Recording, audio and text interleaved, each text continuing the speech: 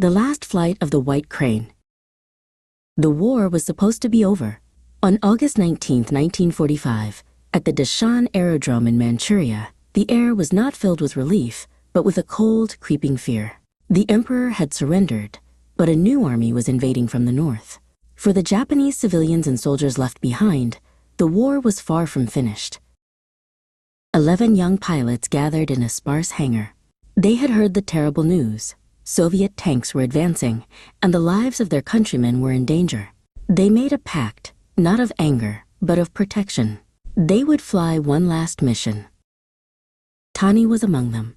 His heart felt like a stone. He had promised his wife, Asako, that they would return to Japan and build a life of peace. He pictured her smile, a light in the darkness that now surrounded him. As Tani walked towards his training plane, a lone figure emerged from the morning mist. It was Asako, dressed in a simple, pure white dress. She looked like a crane, beautiful and serene against the grim backdrop of the airfield. "I am going with you," she said, her voice quiet but strong.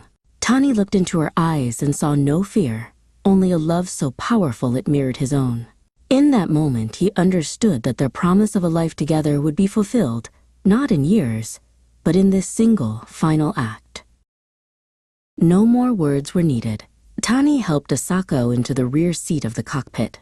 The plane was a fragile thing of wood and fabric, never intended for combat, but today it would carry the weight of their shared destiny.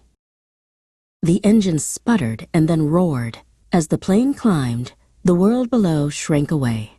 Inside the cockpit, there was only the sound of the engine and their steady breathing. Asako reached forward and placed her hand over Tani's on the control stick. They were one. Below them, they saw the reason for their flight, a long column of Soviet tanks, like dark beetles crawling across the land. It was the scar of a war that refused to heal, a threat that they had sworn to stop.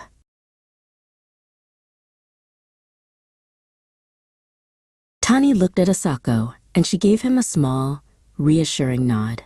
Together, they guided the plane into a steep dive. It was not an act of falling, but of flying directly and purposefully towards their fate. In their final moment, there was no sound, only a brilliant, silent light. Tani and Asako were never officially named as heroes. Their story was not recorded in the history books. But for those who remember, their last flight was not an act of war, but an act of profound love, a tragic call for a peace